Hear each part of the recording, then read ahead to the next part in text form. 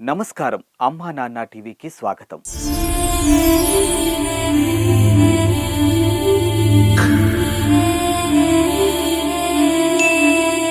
అనాథలంటూ లేని సమాజమే లక్ష్యంగా నెలకొల్పిన అమ్మా నాన్న అనాథల పుణ్యక్షేత్రంలో వందల మంది నిర్భాగ్యులు జీవిస్తుండగా ఈ పుణ్య ప్రదేశంలో ఆ పరమశివుడు శ్రీ సోమనాథేశ్వరుడిగా లింగ రూపంలో కొలువై భక్తుల పూజలు అందుకుంటున్నాడు. భక్తి మార్గం, సేవా మార్గం ఒకే చోట కలగజేస్తున్న ఈ పవిత్ర ప్రదేశానికి విచ్చేస్తున్న భక్తులు శివయ్యను భక్తి శ్రద్ధలతో అర్చిస్తూ ఇక్కడ జీవిస్తున్న నా అంటూ ఎవరూ లేని అనాథలకు తోచిన సాయం చేసి మానవ సేవే మాధవ సేవ అని చాటుతూ ఉన్నారు. అలా వేదుల సత్యనారాయణ అనే సేవామూర్తి అభాగ్యుల సేవలో తరించి శ్రీ సోమనాథేశ్వరుడి ఆశీస్సులు పొందారు.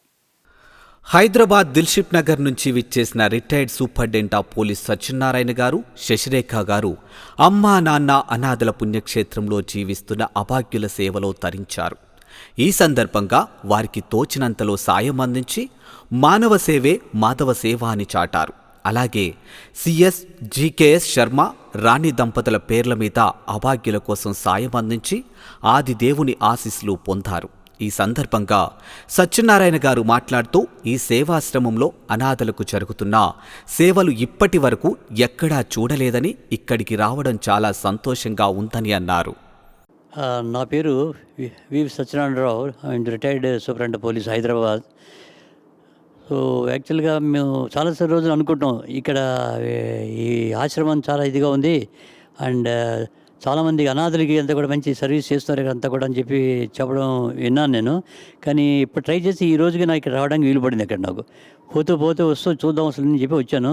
రియల్లీ ఈ సర్వీస్ నేను చూసిన తర్వాత ఇక్కడ ప్రతి ఫ్లోర్ వెళ్ళి నేను చూసి వచ్చాను కిందకి. సో ఇది సర్వీస్ ఎక్సలెంట్, ఇది చాలా బాగుంది.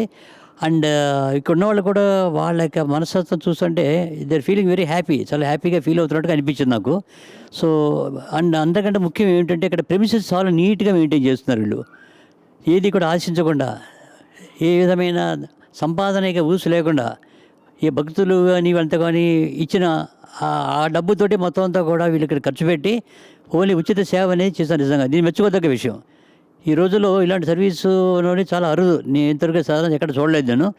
ఈ సర్వీస్ నిజంగా చేసినందుకు వీళ్ళ మేనేజ్మెంట్ వీళ్ళకి, అందులో ఇక్కడ ఆఫీస్లో పనిచేస్తున్న వీళ్ళు కూడా ప్రాంప్ట్గా రెస్పాన్స్ ఇవ్వడం, వచ్చిన వాళ్ళంతా కూడా మంచి గౌరవంగా వాళ్ళని మాట్లాడడం, ఇది చాలా బాగుంది.